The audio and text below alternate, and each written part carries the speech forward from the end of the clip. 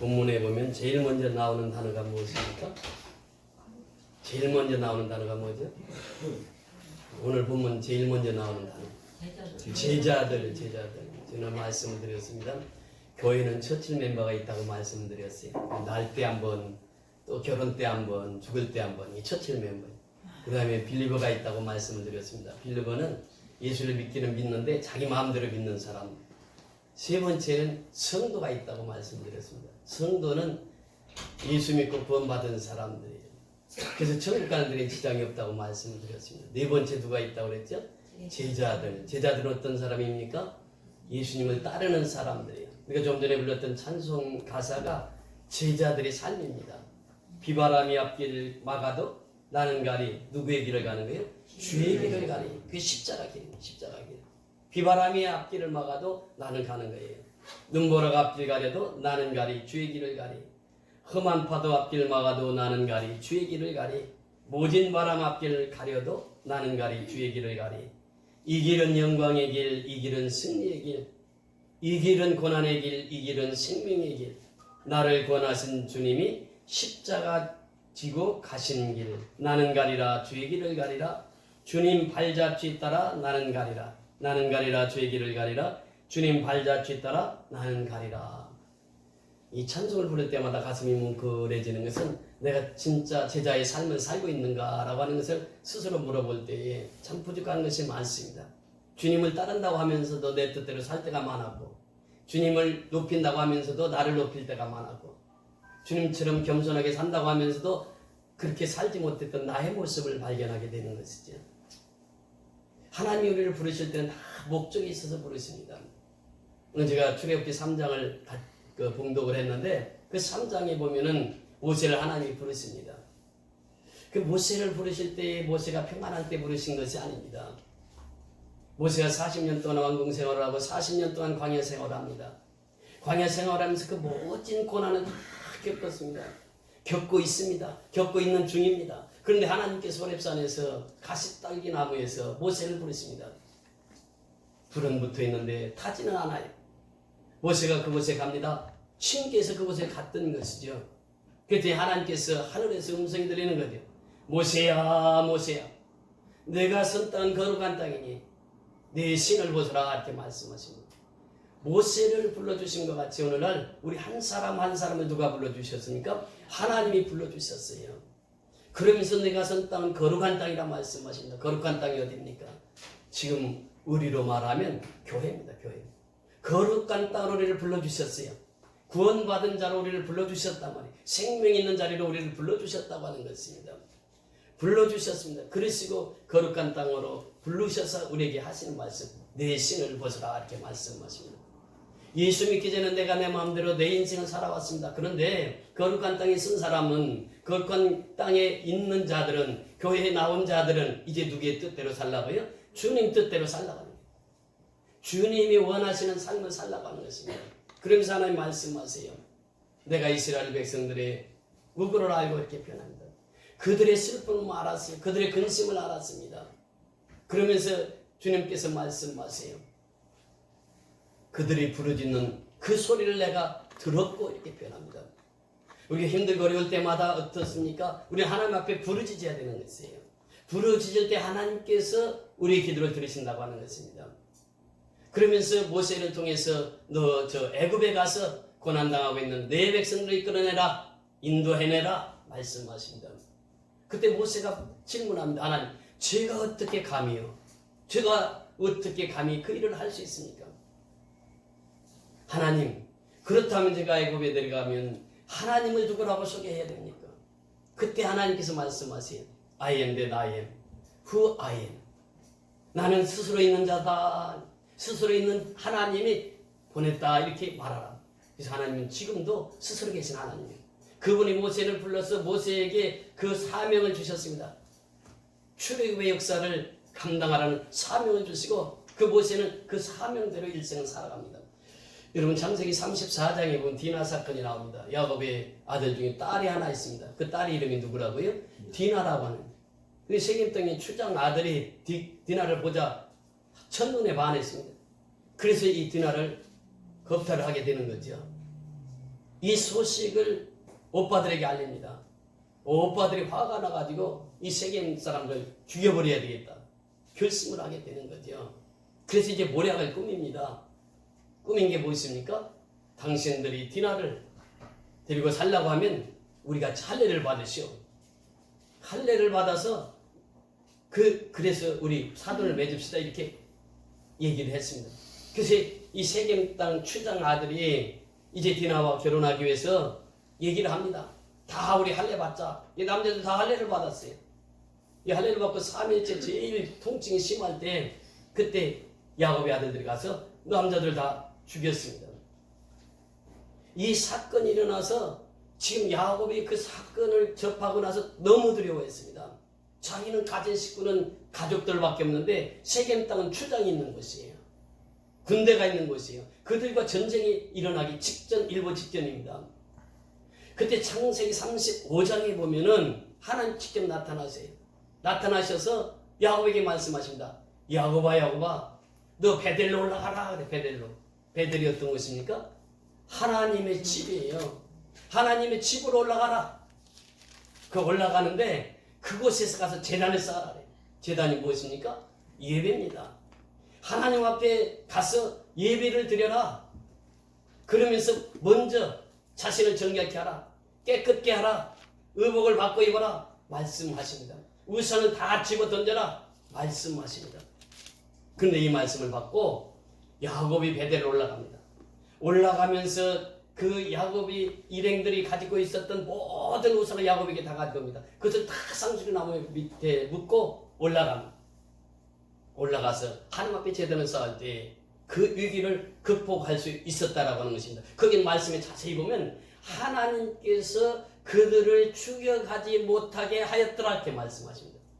지금 세겜 사람들은 야곱의 가족을 다 죽이려고 했는데 하나님께서 그들을 막으신 거예요. 그래서 야곱 가족이 살아난 것입니다. 여러분 그렇습니다. 지금 우리가 우한 폐렴으로 인해서 전 세계가 지금 공포를 앓고 있습니다. 지금 우리나라에 이렇게 확진자들이 2, 3일 사이에 급증하면서 지금 미국에서도 여행 중지 국가로 또 각국 세계에서 또 우리가 중동 지방에 가려고 하면 중동 지방에서는 한국 사람들 오지 마세요 하고 지금 그렇게 돼 있는 상황이 지금 이 속에서 우리가 살고 있습니다. 그래서 어제 총리도 그런 담화를 발표했는데 이제 가급적이면 종교 집회도 좀 자제를 해주셨으면 좋겠습니다. 이런 얘기예요. 그러니까 우리가 지금 살고 있는 것이 이게 하나님의 재앙이라고. 하나님께서 우리 민족을 깨닫게 하기 위한 하나님의 뜻이 있다라고 하는 것입니다. 그렇다면 이 시대에 우리가 어떻게 해야 되느냐? 베델로 올라가야 된다고 하는 것이에요. 보세요. 오늘 본문의 사건이 어떻게 이루어집니까? 오늘 제자들이 그래요. 제자들이 감람원이라고 하는 산에서 내려옵니다. 감람원이 어떤 것입니까? 올리브산이라고도 표현합니다. 올리브 나무가 많은 곳이 그곳에서 무엇을 보았습니까? 예수님의 승천을 보았어요. 예수님이 구름 타고 하늘나라로 승천하는 그 모습을 보았어요. 그 현장이 감람산입니다. 올리브산이에요. 근데 그 현장에서 내려가라고 하는 명령을 하시는 거예요. 변화산에서 예수님이 변화된 모습을 보았을 때 베드로가 그럽니다. 모세를 위하여 엘리야를 위하여 예수님을 위하여 초막셋을 짓고 우리 여기서 영원히 삽시다. 변화산에서 그렇게 얘기했을 때 예수님께서 아니다. 내려가야 된다. 어디로? 병들고 힘든 사람들이 살고 있는 그 사회 속으로 우리가 들어가야 된다. 그곳에서 복음을 전해야 된다. 이렇게 명하십니다. 마치 오늘 이 배경도 보면은 그렇습니다. 지금 감람원이라고 하는 그곳에서 예수님이 승천하시는 모습을 보았던 제자들 거기서 살기를 원했을 거야 아마. 그런데 주님이 원하시는 것은 무엇입니까? 예루살렘으로 내려가라. 그 4절에 보면 너희가 예루살렘은 떠나지 말라. 내가 지시한 성령이 임할 때까지는 예루살렘에 머물라 그랬어요. 그래서 이제 감람산에서 내려옵니다. 내려와서 이 예루살렘으로 와요. 그 거리가 얼마냐? 안식일에 가기에 알맞은 거리라 이렇게 표현합니다. 안식일에 갈 수 있는 행동할 수 있는 거리는 어떤 거리냐? 2km입니다. 2km. 그러니까 이 성서학자들은 뭐 1km, 2km 이렇게 얘기하는데 거의 이제 1km 정도 떨어졌다고 합니다. 예루살렘에서 감람산까지. 그곳에 내려가라고 하는 명령을 내려요. 거기에 보면 4가지 산이 있습니다. 첫 번째 산이 벳바게라고 하는 산이 있어요. 그 이제 예루살렘에서 한 1km 떨어진 곳에 네 봉우리가 있는데 벳바게라고 하는 곳이 있어요. 여기는 마태, 마가, 누가, 요한복음 공이 기록하고 있는데 이 벳바게는 어떤 사건입니까? 예수님께서 예루살렘에 입성할 때에 그 벳바게를 지나가요. 그때에 나귀 새끼가 묶여 있는데 너 가서 나귀 새끼를 끌고 오너라 그래요. 그러니까 누가 묻거든 내 주인이 쓰시겠다 하라. 그래서 이 사람들은 제자들은 나귀를 훔치는 거예요. 그리고 예수님께서 명하신 대로 간. 그런데 그 주인이 나타납니다. 나타나서 왜 내 나귀를 푸냐고 그러니까 내 주인이 쓰시겠다고 합니다. 그러니까 나귀를 주는 거예요. 그 나귀를 타고 예수님이 예루살렘을 입성합니다. 이것이 벳바게라고 하는 산이에요. 그 다음에 베단이라고 하는 산이 또 그 바로 옆에 있습니다. 베단이는 어떤 산입니까? 요한복음 11장에 보면 예수님이 가장 가까운 친구가 있었습니다. 그 사람 이름이 누구죠? 나사로. 나사로는 무슨 병에 걸려 있습니까? 문둥병에 걸려 있어요. 그래서 예수님이 그 벳바게를 다니면서 베단이를 다니면서 늘 나사로를 들렸어요. 그 나사로는 두 여동생이 있었죠. 그 같이 사는데 이 나사로는 문둥병이 너무 중해서 생기를 유지할 수가 없어서 그 큰 동생은 오빠를 돌보고 있고 작은 동생은 몸을 팔아서 생계를 하고 있는 그때 예수님 그 가정에 찾아갑니다. 그 신방을 해요. 근데 그 나사로가 죽었단 말이죠. 죽은 지 나흘이나 됐어요. 그래서 이게 그 동생들이 와서 예수님께 얘기하죠. 내 오빠가 죽어갑니다. 예수님 빨리 갑시다. 그랬는데 예수님은 지체하고 죽은 지 나흘 만에 그 도착을 합니다. 도착을 해서 무덤 입구에 가서 이 돌을 옮겨 놓으라. 그리고 나서 나사로를 향해서 명하십니다. 죽은 나사로에게 나사로야 나오라 이렇게 명하세요. 그리고 죽은 나사로가 강수처럼 수족을 동인 채로 나옵니다. 그때 예수님 또 말씀하세요. 풀어놓아 다니게 하라. 이것이 바로 예수 믿으면요 묶여있던 우리가 죄로부터 묶여있던 우리가 풀림을 받는 것이에요. 자유함을 누리는 것입니다. 이것이 베다니 사건입니다. 베다니가 바로 그 옆에 있어요. 그리고 예수님의 사역지가 감람산 있죠, 벳바게가 있죠, 베다니가 있어요. 그 다음에 예수님이 십자가에 달리실 때 어느 동산에 가서 기도하셨습니까? 겟세마네 동산이 바로 거기에 있습니다. 이 네 봉우리가 지금 거기에 있는 것이에요.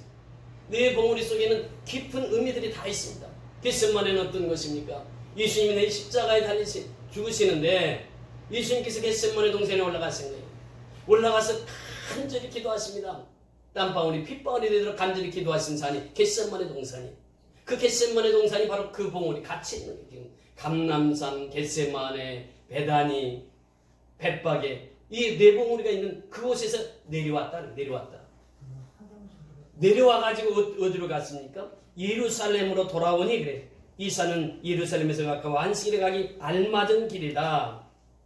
들과 그들이 유하는 다락방으로 올라가니 그래. 다락방으로. 지금 감람산에서 내려와서 어디로 올라갔다고요? 다락방으로 올라갔어요. 다락방이라고 하면서 upper룸이라고 해서 2층 방을 말하고 있습니다. 그러니까 우리가 전에 시골에 살 때 다락방이 있었잖아요. 다락방에다 뭐 꽃감도 두고 그랬잖아요. 다락방에서 어머니가 그 꽃감 주면 거기 빼먹으려고 갔다 올라가다니 떨어지기도 하고 그랬는데 다락방, 그 이스라엘 풍습이 다락방이 다 있는 거예요. 근데 그 다락방이 얼마나 넓었던지 이 마가의 다락방입니다. 이곳이 120문도가 들어갈 수 있었던 그 큰 다락방이 있었단 말이죠. 사실 저희도 자문농사를 하면서 저희 사랑채 방이 있었습니다. 사랑채 방은 100명 정도 들어갔어요. 뉘에 키울 때 그 사랑채가 큰 방이 있어야 뉘를 키울 수 있습니다. 한 100여 명 들어갔어요. 근데 이 마가의 다락방이 120명 정도 들어갈 수 있는 큰 마가의 다락방이 있었단 말이에요. 그리 하나님께서 인도하신 거예요. 그러니까 마가의 다락방은 무엇의 시초냐? 교회의 시초입니다. 교회. 그러니까 하나님께서 우리를 부르셔서 교회로 인도하시는 거예요. 그러니까 교회는 뭐냐? 에클레시아입니다. 밖으로부터 부름을 받은 사람들이 우리는 세상에 살아갈 때 세상 사람들을 불러서 하나님 교회로 하나님의 집으로 인도했습니다. 그래서 마가의 다락방으로 올라가라고 하는 것이 교회로 올라가라고 하는 것이 베델로 올라가라고 하는 것처럼 교회로 올라가라고 하는 것입니다. 그러면서 이 마가 다락방에서 세 가지 사건이 있었습니다. 첫째는 예수님께서 세족식을 행하셨습니다. 요한복음 13장에 보면 세족식은 무엇을 우리에게 말씀해 주고 있습니까? 주와 선생이 된 내가 제자들의 발을 씻겼으니 너희도 그대로 하라. 그것이 무엇입니까? 예수님은 스승이면서 제자의 발을 씻겼어요. 그 세족식은 겸손의 상.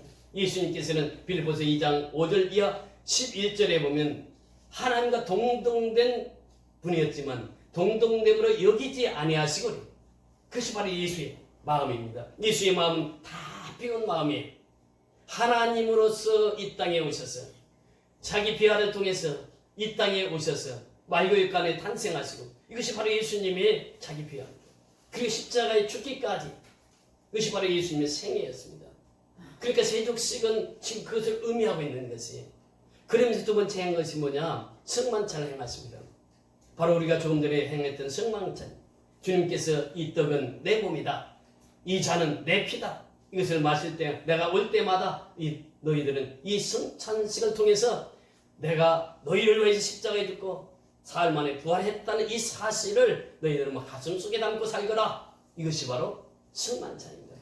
그리고 세 번째 한 사건이 있습니다. 그것은 뭐냐? 오늘날 교회도 똑같이 그 일을 하고 있습니다. 생명구원입니다. 교회는 생명 구원하기 위해서 하나님께서 세우신 것이 교회입니다. 교회는 누구의 집입니까? 하나님의 집이에요.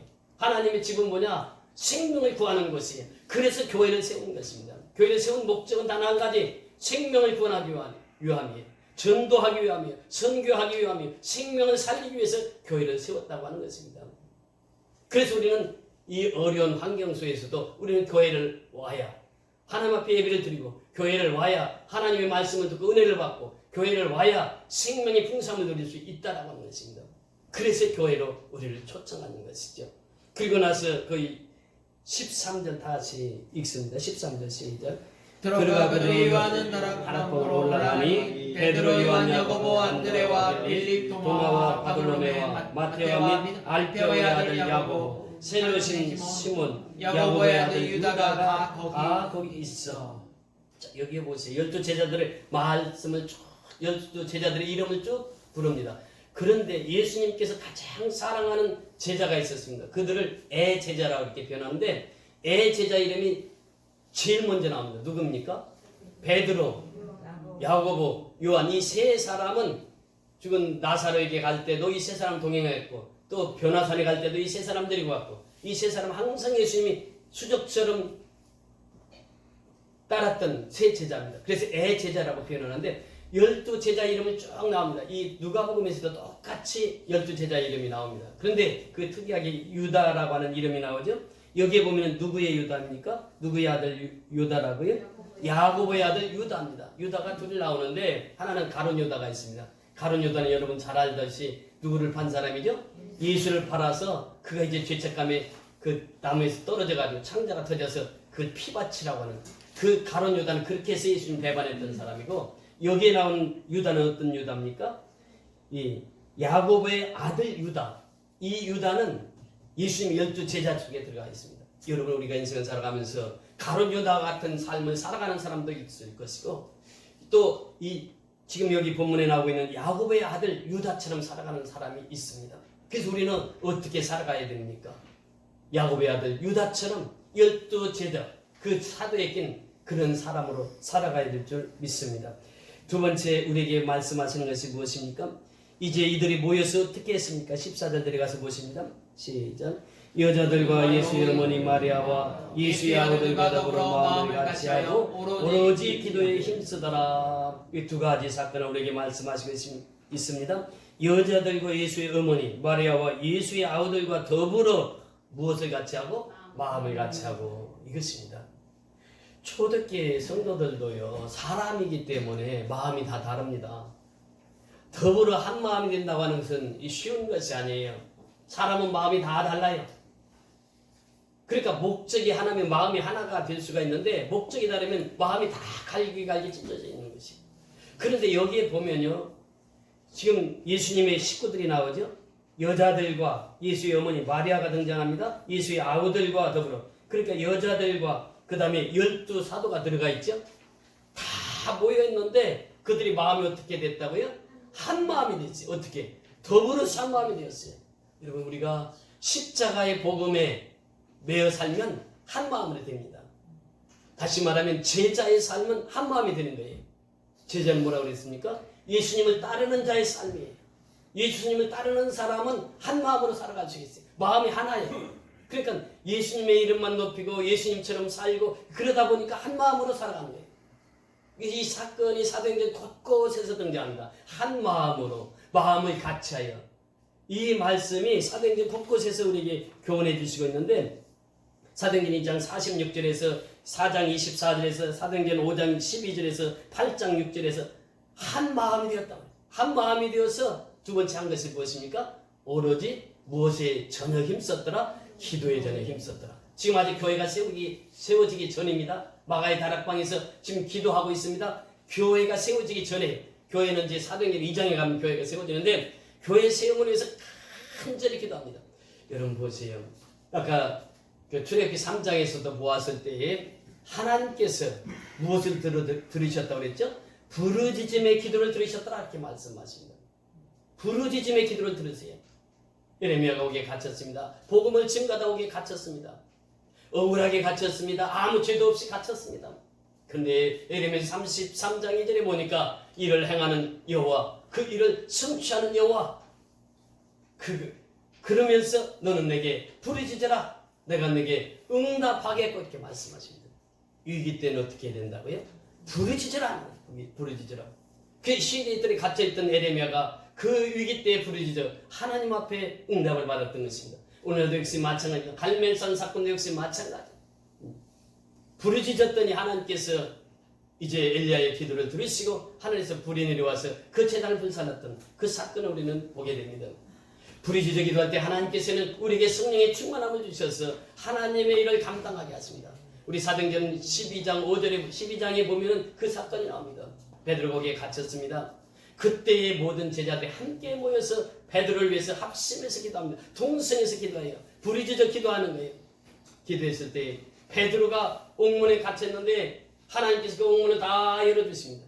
그리고 베드로가 그 옥문에서 나오는데 옥문 하나를 또 둘을 셋을 다 열어놓아서 베드로가 이제 그 제자들이 모여서 기도하는 곳에 갔습니다. 가서 베드로가 문을 두드립니다. 그러니까 계집아 이도대가 와서 베드로를 보는 순간 깜짝 놀라서 다시 뛰어들어갑니다. 문도 안 열어주고 뛰어들어가서 사도들에게 얘기합니다. 베드로가 저기 앞에서 문을 두드리고 있다고. 그러니까 그 전날에 다 사도들이 가서 옥에 갇힌 걸 보았거든요. 베드로는 지금 옥에 쇠사슬에 매여 있고 양쪽에 두 사람이 또 매여 있는 그런 상황을 다 보고 왔단 말이죠. 그러니까 그 상황 속에서 베드로가 살아서 여기 왔다? 믿는 사람이 없었어요. 제자들도 너 헛것바꿨지. 어떻게 베드로가 살아나오냐? 그런데 실제로 베드로는 어땠습니까? 그 문을 하나님이 다 열어주셔서 거기서 나왔던 것이죠. 나와서 그곳에서 문을 두드렸던 것입니다. 그때 제자들이 이제 그 베드로를 보고 놀랍니다. 하나님은 기적의 역사는 바로 이렇게 이루어지는 것이죠. 성령이 충만하게 되면 내 심령 속에 하나님의 살아 역사하심을 경험하게 되는 것이고 그분이 나와 함께 하심을 경험하게 되는 것이고 그분이 나와 함께 일하심을 경험하게 되는 것이에요. 그러니까 나 어느 곳에 있든지 늘 마음이 평안하다. 요한복음 14장 27절 평안을 너에게 주노니 곧 나의 평안을 너에게 주노라. 내가 너에게 주는 것은 세상이 주는 것과 같지 아니하리라. 너희는 마음에 근심도 말고 두려워하지도 말라. 이렇게 말씀하셨습니다. 이 말씀을 묵상하다가 찬송가 가사를 지으신 분이 있는데 408장에 보면 작사가가 브라운이라고 하는 사람입니다. 이 말씀을 묵상하면서 그 찬송가를 지었어요. 나 어느 곳에 있든지 늘 마음이 편하다. 주 예수 주신 평안함 늘 충만하도다. 나의 마음속에 늘 평안해. 나의 마음속에 늘 평안해. 약한 죄 파도가 많으나 마음이 늘 평안해. 그렇습니다. 그 성령 충만함을 받으면 그 결과로서 내 마음이 평안한 것이에요. 어느 곳에 있든지 늘 마음이 평안하다. 주 예수 주신 평안함 늘 충만하도다. 내 마음에 솟는 영생수 한없이 흐르니 영생수가 내 마음에서 한없이 흐르는 거예요. 그래서 예수의 말씀을 들으면 그 영생수의 말씀이 내 마음에서 한없이 흐르는 거예요. 그래서 요한복음 10장 38절에도 보면은 은혜를 받으면 성령의 충만함을 받으면 무엇을 표현하고 있습니까? 내 배에서 생수의 강이 흘러넘치리라. 그 은혜 받으면 내 배에서 생수의 강이 흘러넘치는 거예요.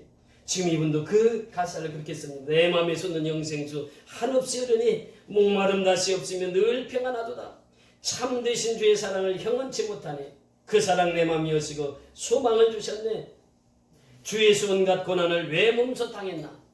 자 보세요. 성령이 충만하면 그 눈이 어디를 향합니까? 십자가를 향하게 돼 있어요.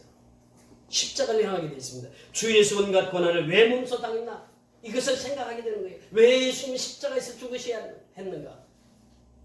그 십자가의 죽음은 곧 나의 죄를 인함이라. 이것이 참된 평안을 누리고 사는 자의 삶입니다. 그러니까 내 마음속에 성령의 충만이 임하면 내 눈은 십자가에 고정이 되는 거예요. 그러면서 십자가에서 나의 죄를 위해서 피 흘려 죽으신 그 예수가 내 마음속에 참된 평안을 주신다고 합니다. 세상이 주는 평안이 아닙니다. 요한복음 14장 27절에 통해서 말씀을 내가 나의 평안을 너에게 끼치노라. 세상이 주는 평안이 아니라고요. 예수님이 십자가를 통해서 주시는 그 참된 평안을 우리에게 말씀하시겠습니다. 그러면서 이 가사는 내 주위에서 온갖 고난을 왜 몸소 당했나? 주와 함께 고난 받으면 멸류관 받겠네. 그래서 노크라운이 나온 것입니다. 멸류관 없이는 십자가 없이는 멸류관이 없다고 하는 것이에요. 십자가의 고난 없이는 부활의 영광이 있을 수 없다고 하는 것입니다. 그래서 우리는 십자가를 통해서 은혜를 받고 살아가는 것이에요. 예수님께서 그래서 그 말씀을 하신 것입니다. 더 나아가서 찬송가 411장에 보면은 그렇게 말씀하십니다. 내 마음속에 참된 평화 있네. 주 예수가 주신 평화 시험이 닥쳐와도 흔들리지 않아. 귀하다 이 평안함. 이 귀한 평화 내가 받고 보니 내 슬픔이 사라지고 마음의 기쁨 넘쳐 주를 찬양하네. 평화의 임금 예수 주 날개 아래 사는 동안 이 보배를 빛내리라. 기쁜 그날이와 주를 만나 뵐 때 그 평화 영원하리. 주가 항상 함께 계셔 내 마음속에 주가 항상 계셔. 기쁘다. 주 나의 마음에 항상 계셔 위로하시네. 어찌 내가 주를 떠나 살까? 어찌 내가 주를 떠나 살까?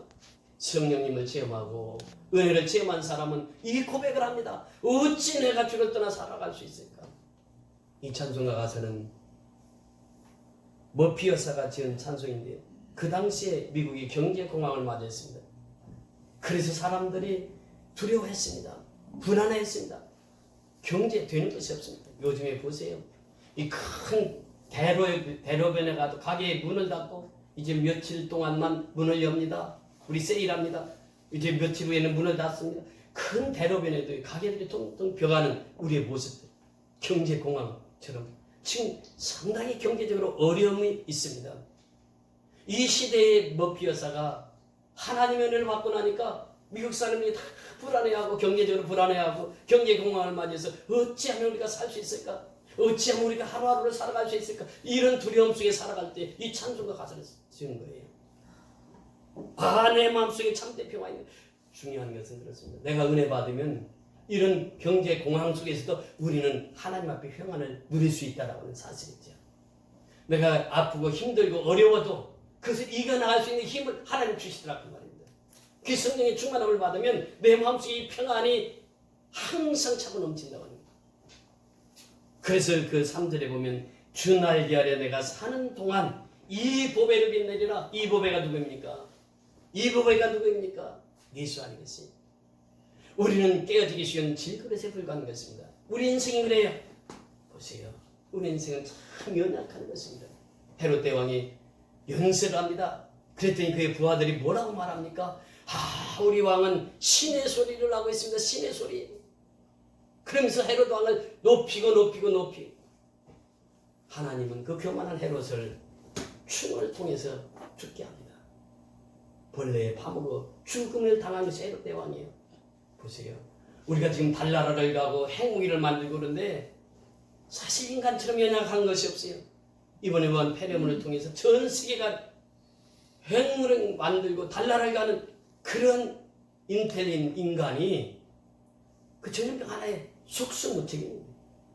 하나님의 손 하나 까딱하면 경제가 삽시간에 어려움을 당할 수도 있고 흥할 수도 있는 이 모든 것은 하나님 뜻 속에서 이루어지는 것입니다. 우리가 이렇게 어려움을 겪었을 때 내 마음속에 참된 평화는 보배이신 예수만이 줄 수 있다라고 하는 사실입니다. 우리는 질겨력과 같은 연약한 그릇을 갖고 살아가는 인생, 내 속에 있는 보배이신 예수는 영원히 우리와 함께 하시면서 우리에게 영원한 복을 주시는 분이에요. 빌보피어서는 그 고백을 합니다. 주날개 아래 사는 동안 이 보배를 빛내리라, 예수를 빛내리라.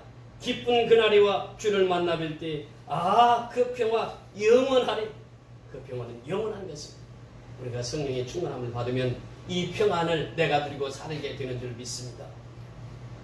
사도행전 1장 4절에서 5절에서 말씀하시는 것 같이 예루살렘에 성령이 임하기 전까지는 너희가 예루살렘을 떠나지 말라고 명하시고, 그리고 예수님께서 이제 제자들이 하나님의 나라를 임함이 이때이니까 라고 했을 때 그 하나님의 나라의 임함은 나도 모른다. 누구만 하신다고요? 하나님만 하신다. 그러면서 너희는 오직 성령이 너에게 임하시면 너희가 권능을 받고 예루살렘 온 유대와 사마리아 땅끝까지 이르러 내 증인이 되어야 된다 말씀하시고, 예수님께서 구름 타고 승천하는 모습을 제자들이 다 물끄러미 쳐다보았습니다. 그 현장 감람산에서부터 그들은 내려오게 만들었습니다. 그리고 예루살렘에 있는 마가의 다락방에 올라가라. 그곳에 가서 마음을 같이 하라. 그곳에서 오직 기도에 힘써라. 그러면 성령의 충만함을 받아서 너희가 참된 평안을 누리고 일생을 살아가게 된다라고 하는 말씀을 주시겠습니다. 오늘 말씀처럼 우리가 하나님 앞에 성령의 충만을 받고 은혜 받아서 그 참된 평안을 누리고 살아가는 저와 여러분이 다 될 수 있기를 주의 이름으로 축원을 드립니다. 우리 다 같이 일어나셔서